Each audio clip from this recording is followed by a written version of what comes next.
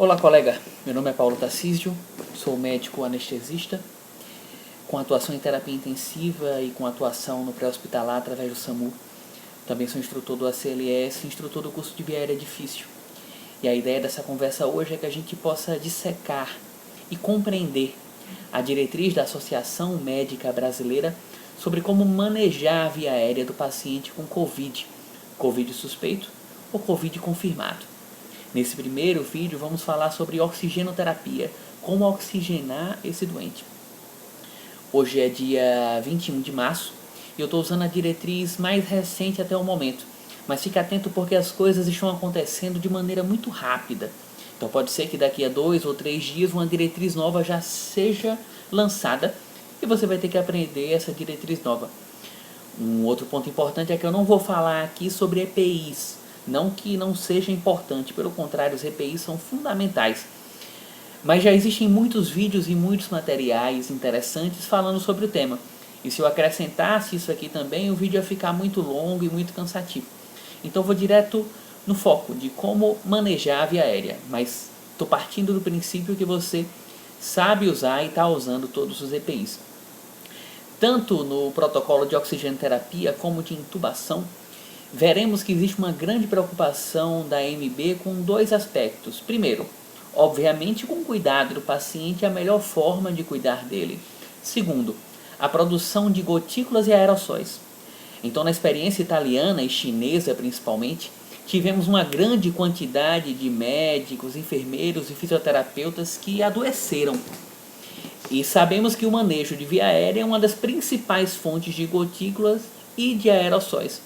Então sempre se procura a forma de oxigenar, a forma de intubar em que você vai produzir menos gotícula e menos aerossol, protegendo assim a equipe de uma contaminação. Essa diretriz é pública, você encontra ela facilmente no Google e provavelmente já deve ter recebido diversas vezes através do WhatsApp. Vamos analisá-la agora passo a passo, para que a gente possa compreender o que ela quer dizer. Então a diretriz começa explicando sobre quando não oxigenar o paciente. Se o paciente apresenta uma saturação de oxigênio maior do que 94%, ele não precisa de oxigênio suplementar. Isso não é só para o Covid, isso é para qualquer enfermidade. O que a AMB quer dizer é que não é porque o paciente tem Covid que ele precisa de oxigênio suplementar. Na maior parte dos pacientes, a doença vai ser um quadro gripal simples, então você não vai fazer oxigênio para o paciente. Se ele satura acima de 94%, especialmente. No entanto, tenha bom senso. Se o seu paciente satura acima de 94%, mas às custas de um grande trabalho respiratório, você vai sim começar a oxigenoterapia precoce e talvez até pensar na intubação precoce. Então, como regra, acima de 94% não oferece oxigenoterapia. Com essa ressalva de que se o paciente estiver com grande desconforto respiratório, sim, talvez você precise oferecer. Abaixo de 94%, sim, oferece oxigenoterapia e talvez pense até em intubar de maneira precoce. Então esse é um outro ponto reforçado pela diretriz. O paciente ele tem sinais de insuficiência respiratória aguda ou de esforço ventilatório, se sim, intubação orotraqueal. Então, intubação orotraqueal precoce, antes que o paciente entre em falência respiratória. Isso acontece por dois motivos. Primeiro, aparentemente na experiência chinesa e italiana, o fato de postergar a intubação orotraqueal do paciente não trouxe nenhuma vantagem para ele. Então a intubação precoce parece sim ser o melhor para o paciente.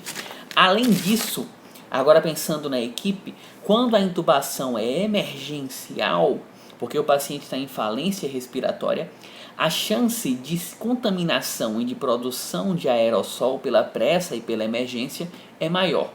Então a intubação precoce, quando o paciente está iniciando insuficiência respiratória, é o indicado pela Associação Médica Brasileira. Então pense precocemente em intubação orotraqueal. Não deixe para intubar o paciente nos últimos momentos, quando ele já estiver entrando em falência. Sobre a intubação a gente vai falar melhor no próximo vídeo. Agora a gente continua com a oxigenoterapia. Então vamos supor que você percebe que seu paciente ele satura abaixo de 94%, ou seja, precisa de um suporte de via aérea.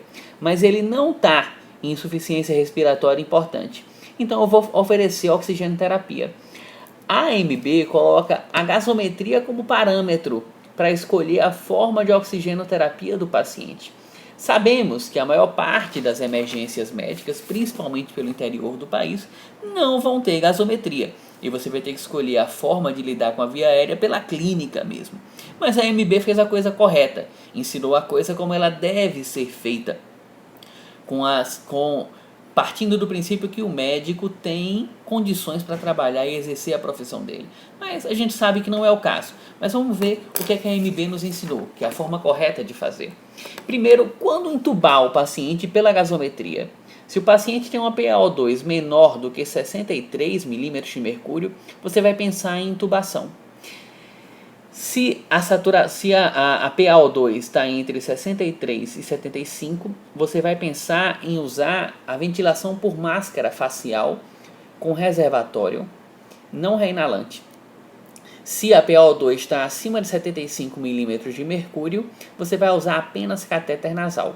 Então vamos ver cada uma das situações. Primeiro, se a PaO2 está menor que 63 milímetros de mercúrio, menor que 60 milímetros de mercúrio, você vai entubar. Isso não é nenhuma novidade. Então a gente sabe que a rigor o diagnóstico de insuficiência respiratória é um diagnóstico gasométrico, com a PaO2 menor que 60 milímetros de mercúrio ou uma PaCO2 acima de 50 milímetros de mercúrio. Então nesse caso, ele colocou 63, se você não tinha decidido entubar antes, ficou em dúvida, agora você tem certeza que esse paciente precisa ser entubado.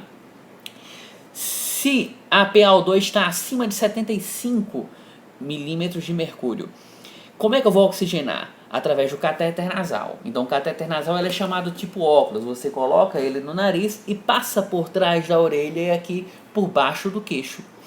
Ele não é para colocar em cima da cabeça, nem é para colocar por trás da cabeça, como às vezes alguns colegas colocam. Por isso que ele é chamado catéter nasal tipo óculos, porque eu passo ele como se fosse um óculos por trás da orelha. No nível do mar, a FO2 do ar ambiente é de 21%.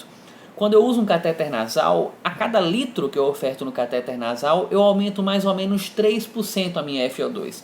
Então se eu coloco um catéter nasal com 1 litro por minuto, eu tenho uma FO2 de mais ou menos 24%. 2 litros por minuto, mais ou menos 27%. 3 litros, mais ou menos 30%. A AMB recomenda usar até 6 litros por minuto no catéter nasal. Quem já usou o catéter nasal como paciente sabe que acima de 4 litros já começa a ser muito incômodo. Mas ela recomenda usar até 6 litros por minuto no catéter nasal. Então, teoricamente, você conseguiria ali uma FO2 de mais ou menos 40%, 35%, 40%. Repare que ela só fala duas formas de oxigenoterapia. Ou catéter nasal ou máscara com reservatório não reinalante. Ela não fala de máscara de Venturi, que é uma das formas mais comuns de oxigenoterapia da nossa emergência. Provavelmente, ela não explica na diretriz, porque a máscara de Venturi deve liberar mais aerossol e mais gotícula do que esses dispositivos. Tá? Então, se o paciente tem acima de 75 milímetros de mercúrio na gasometria, você vai usar o catéter nasal. Se ele está entre 60 e 75, entre 63 e 75, você vai usar a máscara facial, não reinalante, ela tem 2 botõezinhos aqui que abrem quando o paciente expira, com reservatório. E vai colocar no máximo 10 litros nessa máscara. Por que no máximo estourando 10 litros? Porque se você coloca um fluxo alto demais, esse excesso de fluxo vai vazar pela máscara e vai levar gotículas para a sala de emergência inteira. Aliás, isso não serve só para o Covid. Provavelmente a máscara que você tem lá na sua emergência é uma máscara que está rasgada no reservatório com esparadrapo do lado. Por quê? Não é só porque o material não é tão bom, é porque a gente coloca um fluxo de oxigênio alto demais e esse fluxo rasga a máscara. Então não adianta deixar a máscara estufada demais. Coloca no máximo 10 litros, o suficiente para a máscara ficar cheia. Mais do que isso não é necessário. E no caso do Covid em especial, um fluxo muito alto de oxigênio só vai espalhar gotícula pela sala toda. pela emergência inteira. Então eu tenho apenas essas duas formas de oxigenoterapia, reforçando, a AMB não recomenda o uso de máscara de Venturi na sua diretriz, provavelmente por isso. Ela também não recomenda expressamente o uso de VNI, porque a VNI libera gotícula e aerossol para o ambiente.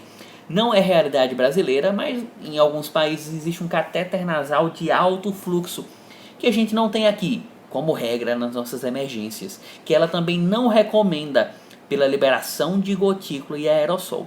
Então, resumindo, vamos oxigenar o paciente de duas formas: catéter nasal com no máximo 6 litros por minuto e máscara facial com reservatório com no máximo 10 litros por minuto. Não resolveu? Pensar em intubação precocemente. No próximo vídeo a gente vai falar sobre as drogas e como sedar o nosso paciente para intubar o doente, ok? Então, até já!